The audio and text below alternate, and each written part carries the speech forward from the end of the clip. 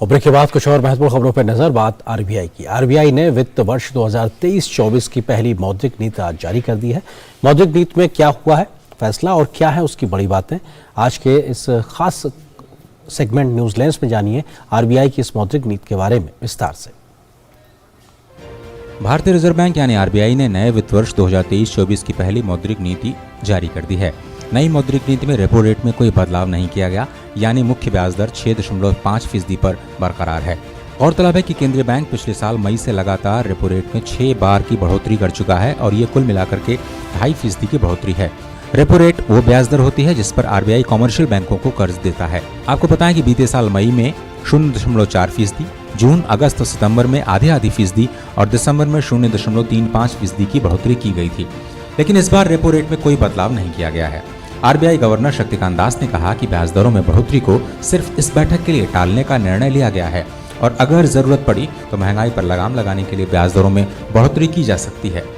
The Monetary Policy Committee decided unanimously to keep the policy repo rate unchanged at 6.5% in this meeting of the MPC, with readiness to act should the situation so warrant. Let me emphasize that the decision to pause on the repo rate is for this meeting only. RBI की इस मौद्रिक नीति में वित्त वर्ष 2023-24 के लिए GDP वृद्धि दर अनुमान को 6.4% से बढ़ा करके 6.5% कर दिया गया। अनुमानित जीडीपी वृद्धि दर के चारों तिमाही के आंकड़ों पर नजर डालें तो आरबीआई के मुताबिक साल 2023-24 की पहली तिमाही में जीडीपी वृद्धि दर 7.8%, दूसरी तिमाही में 6.2%, तीसरी तिमाही में 6.1% और चौथी तिमाही में ये विकास दर 5.9% रह सकती है। आरबीआई के मुताबिक साल 2023-24 में औसत खुदरा महंगाई दर 5.2% रहेगी। इसके पहले आरबीआई ने 5.3% की रिटेल महंगाई का अनुमान जताया था। रिजर्व बैंक ने पहली तिमाही में खुदरा महंगाई दर 5.1%, दूसरी तिमाही में 5.4%, तीसरी तिमाही में 5.4% और चौथी तिमाही में 5.2% रहने की संभावना जताई है।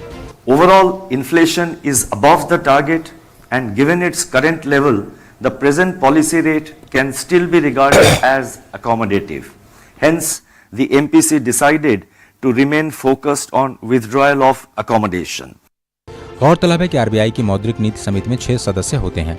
इसमें 3 सदस्य आरबीआई से और 3 सदस्य भारत सरकार द्वारा नियुक्त किए जाते हैं। समिति की अध्यक्षता आरबीआई गवर्नर करते हैं। समिति का उद्देश्य देश में खुदरा महंगाई की दर को 2 से 6% के बीच बनाए रखना और जीडीपी की बढ़ोतरी और महंगाई के मध्य संतुलन बनाना है। मौद्रिक नीति समिति के द्वारा हर 2 महीने के अंतराल पर यह मौद्रिक नीति जारी की जाती है। साल की इस पहली मौद्रिक नीति की खास बात यह है कि महंगाई के अनुमान में कमी की गई और विकास दर के अनुमान में बढ़ोतरी। मुंबई में शिशिर सेलार के साथ ब्यूरो रिपोर्ट, टीडी न्यूज। और सीधे